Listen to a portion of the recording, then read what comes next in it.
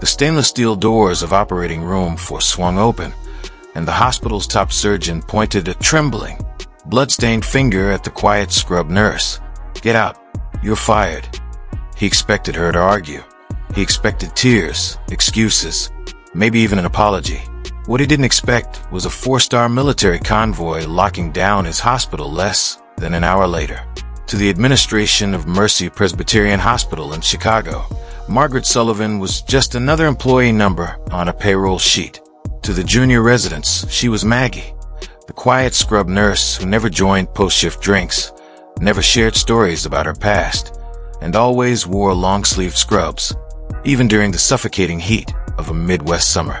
But inside Operating Room 4, Maggie was something entirely different.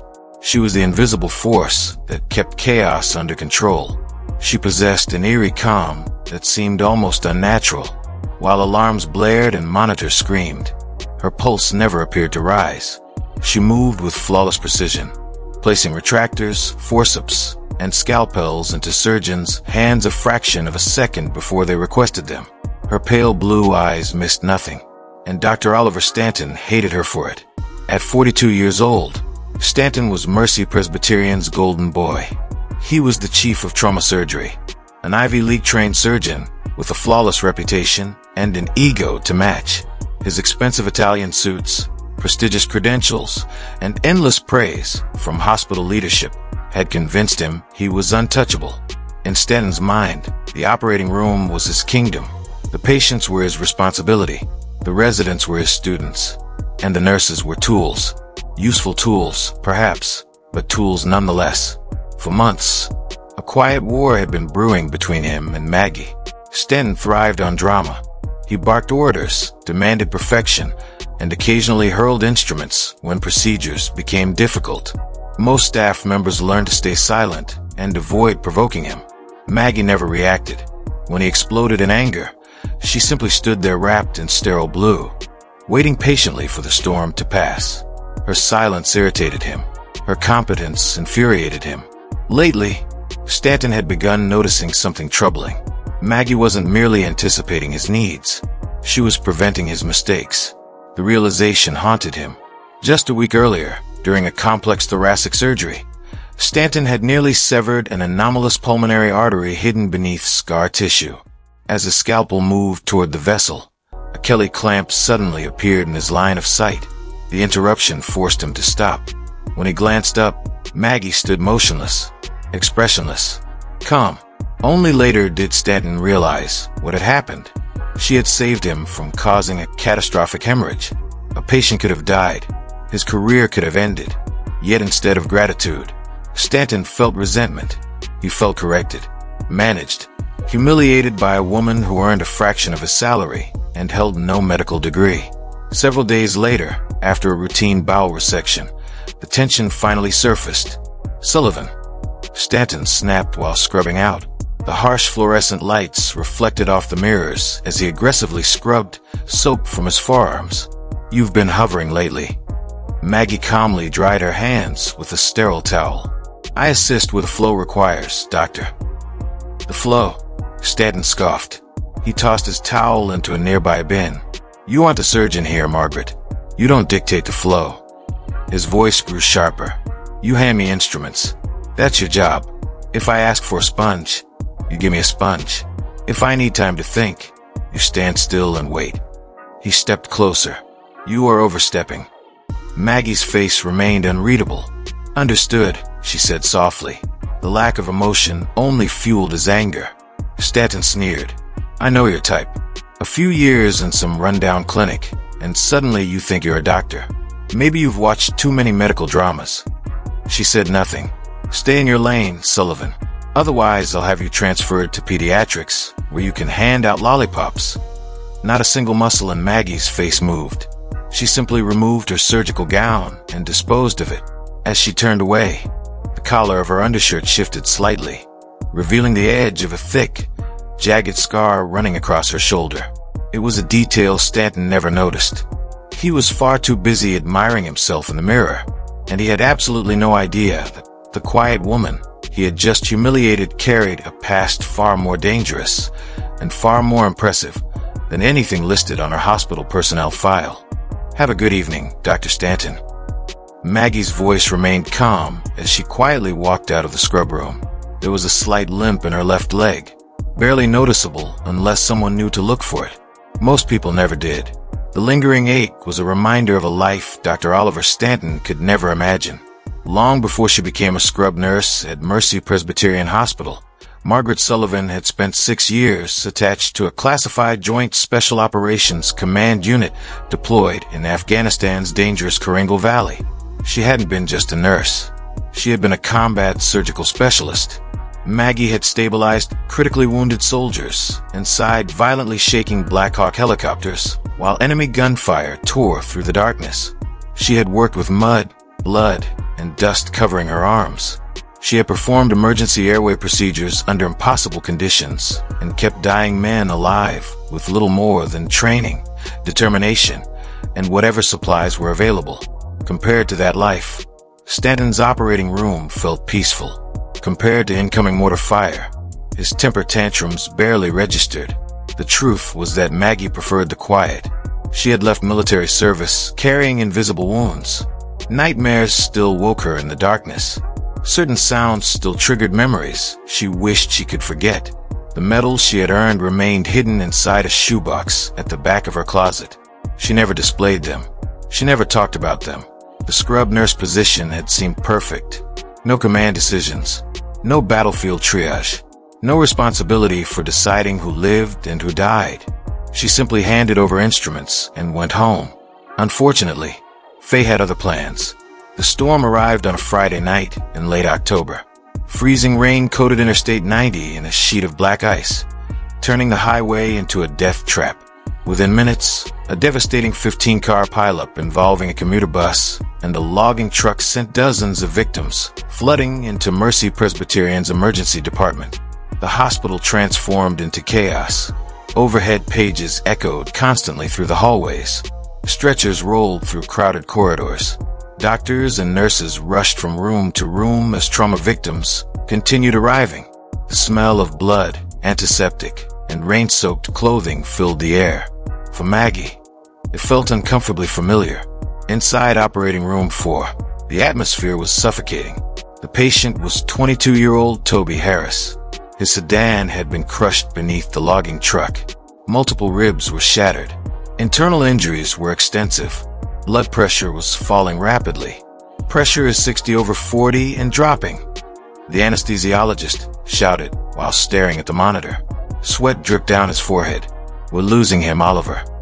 Dr. Stanton stood over the open abdomen, his gloved hands deep inside the surgical field. His usual confidence was gone. Blood flooded the cavity faster than the suction equipment could remove it. "More suction," Stanton yelled. The surgical team scrambled to comply. "I can't see anything." "Sponge."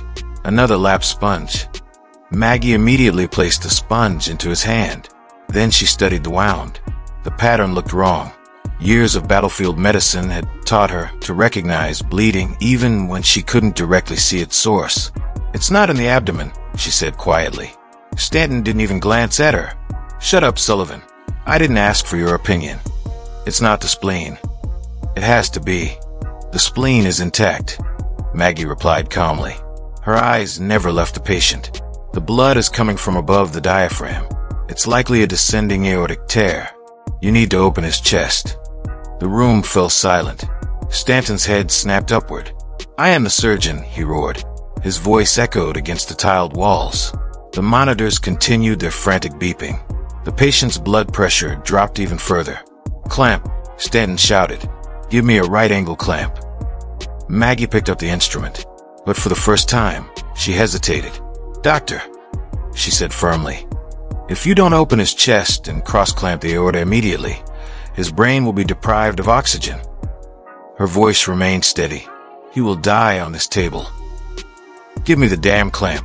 Dr. Stanton's voice exploded through Operating Room 4. He snatched the instrument from Maggie's tray so violently that several scalpels crashed onto the floor with a metallic clatter. Then the heart monitor changed. The steady rhythm vanished. A rapid, chaotic alarm filled the room. The patient's heart had fallen into ventricular fibrillation. "He's coding," the anesthesiologist shouted, starting compressions. Instantly, the operating room descended into chaos. Nurses rushed toward the crash cart. Residents exchanged panicked looks. Equipment rattled across the floor. For a moment, Dr. Oliver Stanton simply froze. His eyes locked on the blood-filled surgical field. The chief of trauma surgery, Mercy Presbyterian's celebrated golden boy, had reached a point where confidence and reputation could no longer save him. His mind went blank. The patient was dying, and Stanton had no answer. For Maggie Sullivan, however, time seemed to slow. The bright hospital lights faded from her awareness. Years of battlefield medicine took over. The screaming alarms, the smell of blood, the urgency. It was all painfully familiar. In an instant, she was no longer a scrub nurse. She was the combat surgical specialist who had spent years keeping wounded soldiers alive under impossible conditions. Hospital hierarchy no longer mattered. The patient came first, and the patient was running out of time. Maggie stepped around the instrument table. Without hesitation, she shoved Stanton aside. The surgeon stumbled backward into a tray stand. "What the hell?" he shouted. "Scalpel. Number 10. Maggie's command cut through the chaos like a rifle shot. The junior circulating nurse reacted instantly. Without thinking, she placed the scalpel into Maggie's waiting hand. Years of authority echoed in Maggie's voice. People obeyed. Before anyone could stop her, she moved. With a swift, decisive motion, she extended the incision. Gasps filled the room. "Call security." Stanton screamed. "She's assaulting a patient." Maggie ignored him completely. Every second mattered. She reached for the rib spreader and positioned it. The chest cavity opened. Blood flooded the field. Maggie's gloved hands moved with practiced certainty. She worked entirely from instinct and experience, navigating through tissue and anatomy while the room watched in stunned silence. Her focus never wavered. She searched for the source of the bleeding. Then she found it. A torn section of the descending aorta, exactly where she suspected. "Cross-clamp," she ordered. The anesthesiologist looked from Stanton to Maggie. Then he made his choice. He handed the clamp directly to her. With one controlled movement, Maggie secured it. The effect was immediate. The catastrophic bleeding slowed. Vital blood flow was redirected toward the patient's brain and heart. The monitor continued screaming. The patient was still dying. "Defibrillator," Maggie ordered. "Charged to 200. "Charged," the anesthesiologist replied. Maggie stepped back. "Clear." The shock hit. The young man's body jerked against the operating table. For a terrifying second, nothing happened. Then a spike appeared on the monitor. Another, and another. The flat line dissolved into a weak but steady rhythm. Beep, beep, beep. Silence filled the room. No one moved. No one spoke. The only sounds were the machines and the exhausted breathing of the surgical team. Maggie slowly withdrew her hands. Blood covered her gloves and forearms. She calmly removed the tension from her shoulders and looked toward Stanton. The surgeon stood against the wall, pale and speechless. "The bleeding is isolated," Maggie said quietly. Her voice sounded almost casual. "You have a short window to repair the tear before permanent damage begins." She stepped back toward her original position beside the instrument table. For a moment, it looked as though she had never moved at all. Then she added softly, "Doctor, I suggest you scrub back in." The room waited. Stanton's shock gradually transformed into something darker. Fury. A nurse had pushed him aside. A nurse had taken control of his operating room. A nurse had saved the patient he was about to lose. His face turned crimson. His hand shook with rage. Instead of returning to the table, he pointed a blood-stained finger directly at Maggie. "Get out," he screamed. "Get out." Dr. Oliver Stanton's voice echoed through operating room 4. Spit flew from his lips as he pointed a shaking finger directly at Maggie Sullivan. "You are done, Sullivan." The surgical team stood frozen. Even the monitors seemed quieter. "Doctor, the patient." The anesthesiologist began cautiously. "I said get out." Stanton roared. His face had turned a dangerous shade of crimson. Years of carefully cultivated authority had just been shattered in front of his entire staff, and the humiliation was more than he could bear. "You are fired," he hissed, effective immediately. Nobody moved. Nobody spoke. Stanton took a step forward. "I will make sure you never work in medicine again. I'll have your license revoked. I'll have you arrested for assault and battery. Do you understand me?" Maggie didn't respond. Instead, she glanced at the monitor. Heart rhythm stable. Blood pressure improving. The patient was alive. Only then did she allow herself to relax.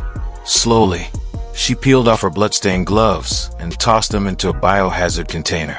There was no anger in her eyes. No fear. No desire to defend herself. She knew how this looked. In the civilian world, she had crossed a line that no nurse was supposed to cross, even if it had saved a life.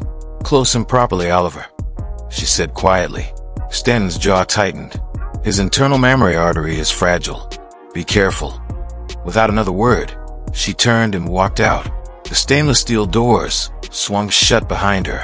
The operating room remained silent. 20 minutes later, Maggie stood alone in the basement locker room. The adrenaline was finally wearing off. Exhaustion settled deep into her bones. She opened her locker and began placing her personal belongings into an old duffel bag. A pair of civilian shoes, a worn paperback novel, a framed photograph she rarely looked at. Simple things, normal things. For years, she had tried to build a quiet life. She had tried to disappear. No more battlefields, no more helicopters, no more impossible choices. But some instincts never truly left. When she saw a young man dying on that table, she had acted. The consequences no longer mattered. Meanwhile, several floors above, hospital leadership was in full panic mode. Dr. Stanton had stormed directly into the office of Chief of Staff Harrison Caldwell. He demanded immediate action. He demanded punishment. He demanded revenge. The Human Resources Department was already drafting termination paperwork. The accusations were severe: gross insubordination, physical assault, unauthorized medical intervention, professional misconduct. Within an hour, Maggie Sullivan's career appeared completely destroyed. Everyone was focused on condemning her. That distraction caused them to miss something important. Outside, a convoy was arriving. It began as a low vibration that rattled the lobby windows. At first, nobody paid attention. The storm outside was fierce. Freezing rain pounded the streets. Thunder rolled across the Chicago skyline. Then 4 black armored Chevrolet Suburbans turned sharply into the hospital entrance. Their headlights cut through the rain like searchlights. A sleek black Cadillac limousine followed close behind. Government plates. Blacked out windows. No markings. Hospital security immediately moved toward the entrance. Unauthorized vehicles were not allowed in the ambulance zone. The guards barely made it halfway across the lobby. Every door of the Suburbans suddenly opened at once. 12 military police officers emerged with flawless precision. They moved quickly and purposefully. Rain soaked their tactical gear. Their expressions remained cold and unreadable. Within seconds, they secured every entrance and exit. Conversations stopped. Visitors stared. Nurses froze. An uncomfortable silence spread throughout the lobby. Then the limousine door opened. A single man stepped out. Tall, broad-shouldered, gray-haired. His dress uniform was immaculate despite the storm, for silver stars gleamed on his shoulders. Rows of ribbons covered his chest. Yet it wasn't the decorations that captured everyone's attention. It was his presence, the kind of quiet authority that made people instinctively move aside. General William Mitchell had arrived, and judging by the look on his face, this was not a ceremonial visit. The automatic doors slid open. The general entered the hospital flanked by 2 military aides. His polished shoes clicked against the floor. Every eye followed him. He walked directly to the reception desk. The young receptionist looked moments away from fainting. "Sir," she stammered nervously, "can I help you?" General Mitchell removed a pair of leather gloves. His steel gray eyes scanned the lobby. Then he focused entirely on her. "I'm looking for Margaret Sullivan." His deep voice carried across the room. The receptionist swallowed hard. "And I strongly suggest you find her immediately." The temperature in the room seemed to drop. The general's expression never changed. Because if I have to send my people searching through this building," he continued calmly, "it will become extremely unpleasant for everyone involved." The receptionist's trembling hand hovered over the paging console. Before she could press a button, the commotion had already attracted attention. The double doors leading from the administrative wing burst open. Chief of Staff Harrison Caldwell hurried into the lobby, breathing heavily. 2 security officers followed close behind. Several steps behind them came Dr. Oliver Stanton. He was still wearing blood-spattered surgical scrubs. At first, he looked irritated. Then he noticed the 4 stars on General Mitchell's shoulders. And for the first time that night, Dr. Oliver Stanton felt something very unfamiliar. Fear. Just moments earlier, Dr. Oliver Stanton had been confidently recounting a heroic version of events to Chief of Staff Harrison Caldwell. In his version, he had been the savior, the brilliant surgeon, the man who had dragged a dying patient back from the edge of death through sheer skill and determination.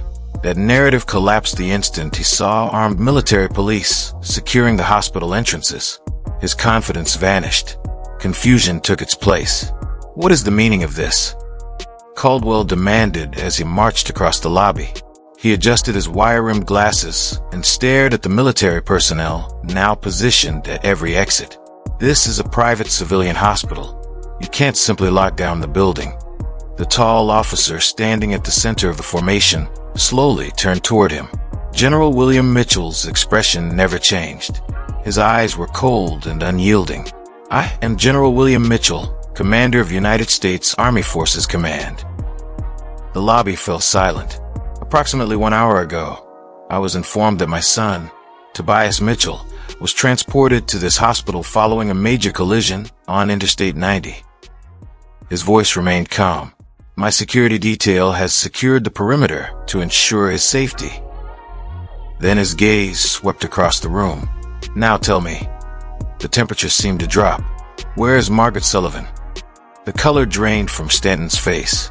Tobias Mitchell, the patient, the young man on his operating table. The realization struck him like a punch to the chest.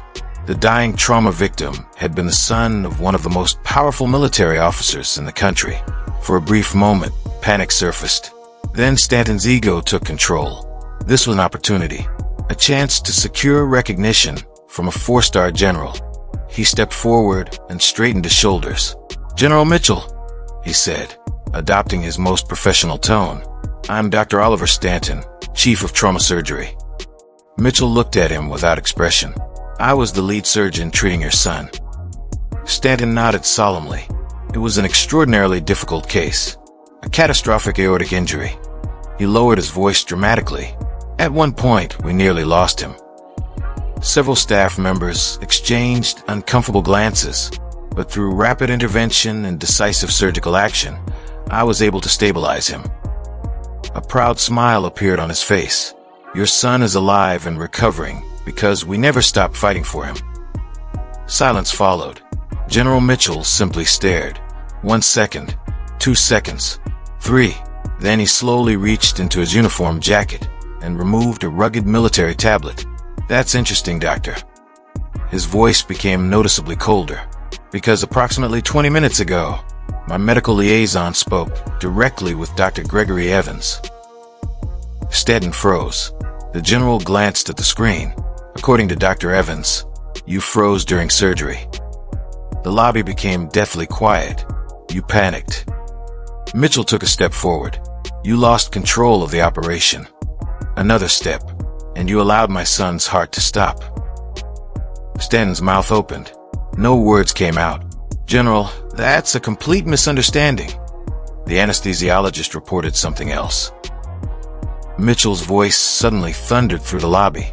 He reported that a scrub nurse shoved you aside, opened my son's chest, located the source of the bleeding, clamped the aorta, and restored circulation while you stood against a wall calling for security. The words hit like artillery fire. Every nurse, every administrator, every visitor in the lobby heard them. Mitchell's eyes narrowed. "Is that true, Doctor?" Chief Caldwell whipped around toward Stanton. His face reflected pure disbelief. "Oliver," his voice cracked. "What is he talking about?" Sweat appeared on Stanton's forehead. His carefully crafted image was crumbling. "She assaulted me," he blurted. The excuse sounded weak even to his own ears. "She's unstable. A rogue employee." His words came faster. "She violated every protocol in a hospital. She physically interfered with the surgical procedure." He pointed toward the administrative wing. "I terminated her immediately." No one spoke. Stanton continued desperately. "Human Resources is preparing formal charges. She should be arrested." General Mitchell slowly closed the tablet. Then he stepped directly into Stanton's personal space. The surgeon instinctively retreated, half a step. Mitchell wasn't shouting. He didn't need to. The quiet authority radiating from him was far more intimidating. "You fired her." It wasn't a question. It was a statement. A verdict. Stanton swallowed hard. The entire lobby seemed to be holding its breath. "Yes," he answered weakly. The word barely escaped his lips, and the look that appeared in General Mitchell's eyes made him instantly regret saying it. "She is a danger to this hospital." Dr. Stanton's voice trembled as he spoke, desperately clinging to what little authority he had left. General William Mitchell didn't even acknowledge him. Instead, he turned his broad shoulders toward Chief Caldwell. The expression on the general's face was enough to make the hospital administrator's stomach tighten. "Chief Caldwell," Mitchell said calmly, "you have exactly 60 seconds to take me to Margaret Sullivan." The words were quiet, yet somehow they carried more weight than the shouted threat. "Otherwise," he continued, "my people will search every floor of this facility until we find her." Caldwell swallowed hard. She was sent to the basement locker rooms to collect her belongings. "Then take me there." The group moved immediately. Military police led the way through the brightly lit corridors, while nurses and staff pressed themselves against the walls to avoid the procession. General Mitchell walked at the center. Behind him followed two senior aides. Chief Caldwell hurried alongside them. Farther back came Dr. Oliver Stanton. The surgeon's face had become ghostly pale. For the first time all evening, uncertainty was beginning to overwhelm his arrogance. The elevators descended to the basement level. A few moments later, the group entered a narrow concrete corridor lined with aging utility pipes and flickering fluorescent lights. At the far end of the hallway, Maggie Sullivan was zipping up an old olive drab canvas duffel bag. She had changed into civilian clothes. The collar of her gray shirt exposed part of the jagged scar that crossed her left collarbone, a permanent reminder of another life, another war, another version of herself she had spent years trying to leave behind. The bag felt heavy on her shoulder, not because of what was inside, because of what it represented. Another job lost, another fresh start, another quiet disappearance. She turned toward the stairwell, then stopped. The hallway ahead was suddenly filled with armed personnel. Years of training activated instantly.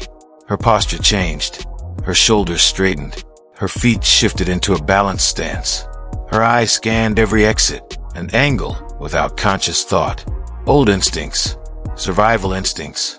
For a brief second, the basement felt less like a hospital and more like a deployment zone. Then the formation parted. The military police stepped aside in perfect unison. General William Mitchell walked forward alone. Maggie's breath caught. She recognized him immediately. "General," she whispered. Mitchell stopped a few feet away. For several moments, neither spoke. The general studied her carefully. The exhaustion in her eyes, the scar, the guarded posture, the invisible weight she carried. A flicker of sadness crossed his face. It vanished almost instantly. Behind him, Stanton suddenly pushed forward. "There she is," he shouted. His fingers shot toward Maggie. "General, that's the woman who assaulted me. She interfered with surgery and violated multiple protocols." His confidence returned slightly. "She should be arrested immediately." Mitchell didn't even turn his head. It was as though Stanton hadn't spoken at all. The surgeon fell silent. Then something happened that no one in the hallway expected. General William Mitchell stepped forward and stood perfectly straight. His expression became formal, precise, respectful. He raised his right hand in a flawless military salute. "Captain Sullivan." The words echoed through the corridor. Immediately, Every military officer behind him snapped to attention. 12 military police officers, 2 senior aides, all saluting. The synchronized movement produced a sharp crack of boots against concrete. The sound echoed down the hallway. Chief Caldwell gasped. A security guard's jaw dropped. Dr. Stanton simply stared. His mind refused to process what he was seeing. The woman he had humiliated, the nurse he had fired, the employee he had called unstable. A 4-star general was saluting her. Maggie's hands trembled slightly. For years, it had been 4 years since anyone had used that rank. 4 years since the evacuation. 4 years since she had walked away from military life. Slowly, she returned the salute. "At ease, sir," she said softly. The general lowered his hand. Everyone else followed. For a moment, silence settled over the corridor. Then Mitchell exhaled slowly. "It took my intelligence officers nearly 3 years to find you." Maggie looked down briefly. "I didn't want to be found." "I know." His voice softened. "You disappeared from a military hospital before your discharge was finalized. Changed your name. Vanished completely. I just wanted peace." The words were barely above a whisper. "I was tired of the noise." Mitchell nodded. "I know." For a moment, neither spoke. Then the general's eyes lifted. "Tonight, my command center received a report." Maggie frowned slightly. Mitchell allowed himself the faintest smile. "A surgical maneuver used to save my son's life." He shook his head. "One so specific that only a handful of special operations medical personnel were ever trained to perform it." His gaze locked onto hers. "The moment I heard how Tobias survived, I knew exactly who had done it." The entire hallway remained silent, and for the first time that night, every person present realized that Margaret Sullivan was far more than a scrub nurse. No civilian surgeon could have made that clamp in those conditions. General Mitchell's voice echoed through the basement corridor. The bleeding was hidden. Visibility was nearly zero. The patient was crashing. Yet you identified the injury, acted without hesitation, and saved his life. His eyes remained fixed on Maggie. Only someone with your training could have done that. Behind him, Dr. Oliver Stanton felt his knees weaken. "Captain," he whispered. The word barely escaped his lips. His mind struggled to process what he was hearing. "Special operations?" General Mitchell slowly turned toward him. The disappointment in his expression was far more intimidating than anger. "Dr. Stanton, you are standing in the presence of Captain Margaret Sullivan of the United States Army Medical Command." The hallway became perfectly silent. Years ago, Captain Sullivan was stationed at a remote forward operating base that came under a massive enemy assault. Mitchell's voice carried through the corridor. During that attack, shrapnel tore through her shoulder. Despite her injuries, she refused evacuation. Maggie lowered her eyes. She hated hearing these stories retold. The general continued. She defended her medical station while under fire and spent hours treating critically wounded soldiers as mortar rounds landed around her position. His jaw tightened. 14 men arrived at her tent that day with life-threatening injuries. A pause followed. 14 men survived. The weight of those words settled over everyone present. One of those soldiers was my younger brother. Chief Caldwell stared at Maggie in disbelief. The nurse he had allowed to be fired stood before him, transformed into someone entirely different. Not just an employee, a decorated combat medic, a hero. Beside him, Stanton looked shattered. His confidence was gone. The realization of what he had done was finally sinking in. He hadn't tried to ruin a reckless nurse. He had tried to destroy the career of a woman whose courage dwarfed his own accomplishments. General Mitchell turned back toward Maggie. One of his aides stepped forward and handed him a polished wooden presentation box. The general opened it carefully. Inside rested a bronze-colored medal on a blue ribbon. The medal gleamed beneath the fluorescent lights. "You saved my brother years ago," Mitchell said quietly. His voice softened. "And today you saved my son." For the first time, emotion broke through the commander's disciplined exterior. "As a soldier, I owe you respect." He paused. "As a brother and a father, I owe you more than I can ever repay." The corridor remained silent. Mitchell lifted the medal from the box. Captain Margaret Sullivan, on behalf of a grateful nation and everyone whose lives have been touched by your service, thank you. He carefully placed the ribbon around her neck. For several seconds, Maggie simply stood there. Then tears filled her eyes. Not because of the medal, not because of the recognition, but because after years of hiding, someone had finally remembered. Thank you, sir, she whispered. Mitchell nodded. Then he turned toward Stanton. The surgeon immediately looked away. The contrast between the two couldn't have been clearer. One had spent years chasing recognition. The other had spent years avoiding it. Yet only one had earned it. Chief Caldwell straightened his shoulders. For the first time that evening, he spoke with certainty. I believe this hospital owes Captain Sullivan an apology. Maggie shook her head gently. No apology is necessary. She glanced at Stanton. There was no anger in her expression, only exhaustion.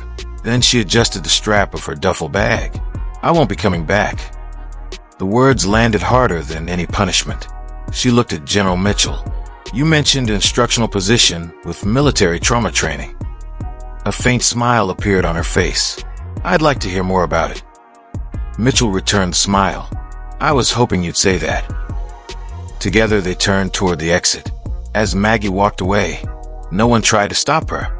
The hallway remained silent until she disappeared from view. Only then did everyone understand a simple truth. The strongest people are often the ones who never ask for recognition. And sometimes the quietest person in the room is carrying a story powerful enough to change every life around them.